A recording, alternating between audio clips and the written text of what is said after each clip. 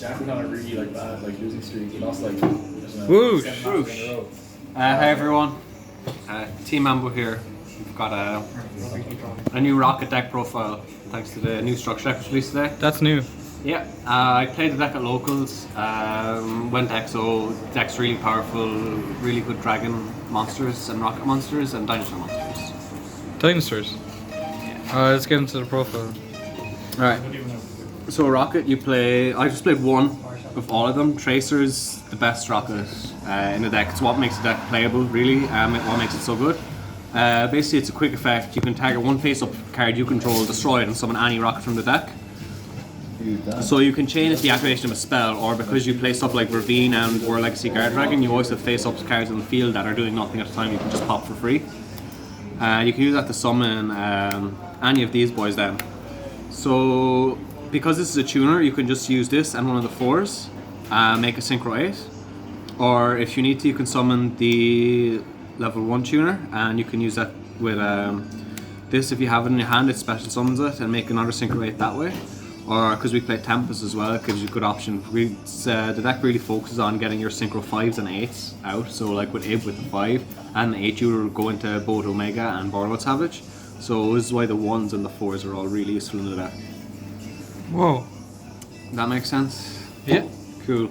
I'm not lost. So then, speaking of Lost, we play some Lost World cards. Whoa. Overraptor. Overraptor is our main starter with the Carboneton and the Flame Valgard. It's just a normal summon. You go into Ib, and then Ib can just help you start resolving the Guard Dragon combo that way. Whoa.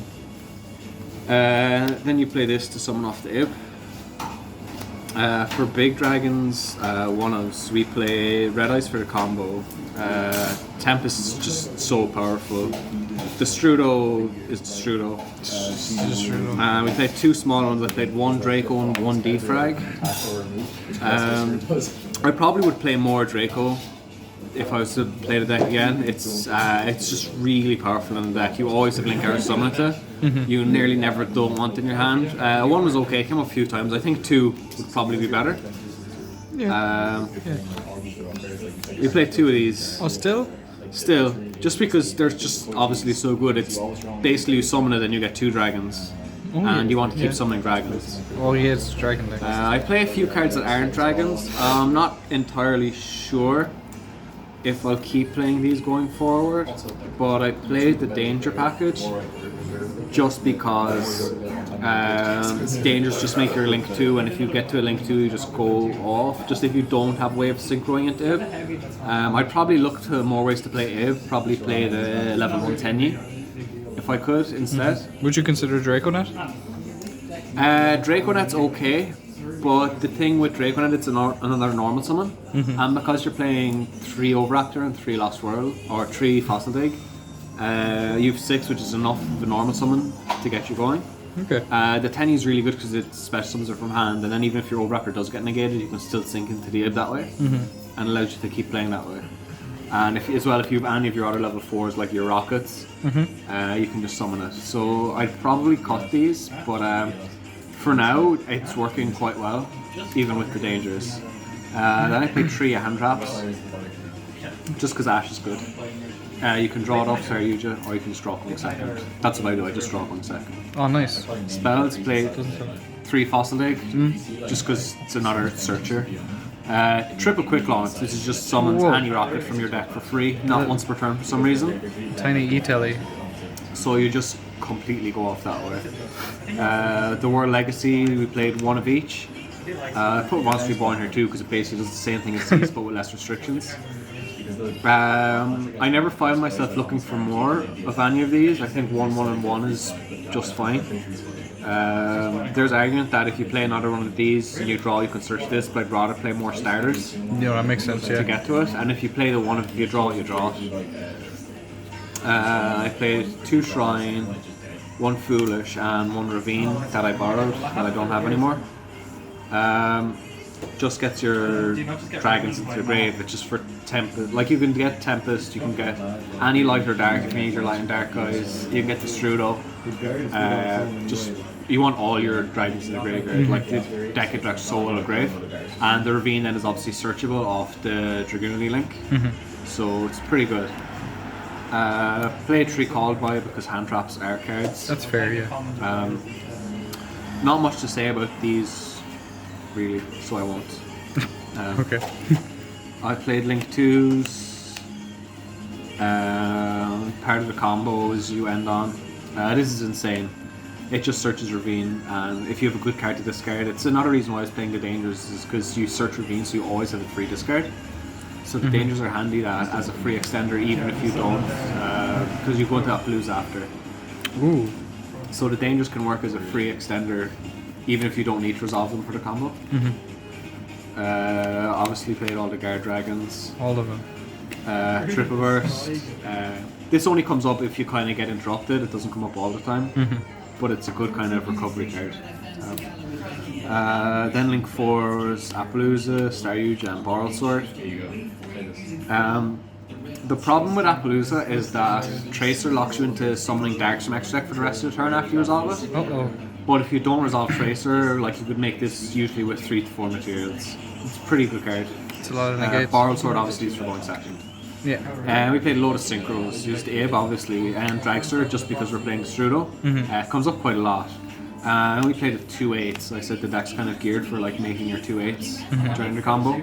So Omega just to rip a card, and then you end on your Borrowed Savage, and then you obviously end on this after. With the Guard Dragons, yes. Yeah. So that's the main deck, extra deck. Also what I sided today, I just basically played a lot of cards for going second, so the deck doesn't really need to change going first. Going second I always side out the Dangers, just for, because I wanted to keep all the engines in the deck, all the Dragon engines, but then the Dangers were kind of replaceable, which was really handy actually running the engines so I could replace them. So we played a load of kind of back row decades. Just because, like, if you pop someone's back row and then you can still resolve your combo because you keep the full engine in, like, the game is just free. If you red reboot, you're probably going into Borrowed Sword for game. So it's fine. Then for any other combo decks, we play the Gamson Driver and the Tree Rolls. And Pancratops is just really useful card.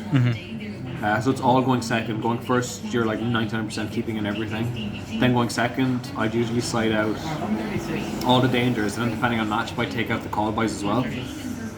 So you're siding in 9 cards and going second. With the Ash already in deck, you have 12 cards in deck for going second, so you're going to open something. And that doesn't affect your combos? Well, like, I guess not, no. Normal Summon Overraptor is the 1-card combo. Yeah. So even if you open 4 going second cards and Overraptor, you still have the full combo after breaking someone's board. So the deck's really powerful. I definitely think it's worth picking up and looking into for the next format. What do you think some of the weaknesses in the deck would be? The deck can be fragile if it's hitting the right places, but overall, because the amount of extra extenders you're playing, like you can just kind of push through cards, stuff like these boys, these if you open them, like all the one-ups are basically just kind of extra cards for if you get interrupted, you can use these to keep extending. So the deck's kind of fragile that way. If your board does get out of it, it's not easy, but if it does get out of it, it doesn't have the best recovery because it's You've just kind of so used all your resource cards heavy. already, yeah. You can recover with like cards like Tempest is really good to keep in grave. And it's just a big boy. Like if they out your board, a lot of the time they don't have kind of much more left to push through. So if you could summon out a big beater with Tempest and then a couple of other things, you're kind of in a simplified game state, and it's decent. So like recovery is probably one of the hardest parts of the deck. Is there anything in the deck you would change to make the recovery a possibility in the deck? See, I think it's kind of the Dangers help a lot with recovery as well because it gets like resources out of nothing in a way. The tennies I'd rather put in kind of don't help recovery at all. They kind of just help it start. I think it's rather get the deck running. Otherwise,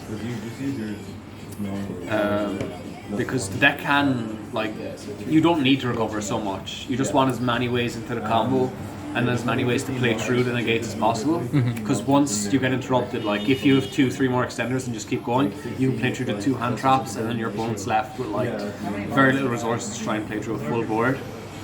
It's very difficult. Okay, alright, thank you for your deck profile. No problem. Would you like to Give any shout outs. Shoutouts to our sponsors. Yeah. So you have 3 lights including impression. Card Market. Eat your vegetables. Sandbox. Exercise regularly. And Kinsale Don't do Tire drugs. Centre. Jesus loves you. Bye. This is Seto Kaiba with a little shout out for Team Mambo. You're all a bunch of third-rate duelists.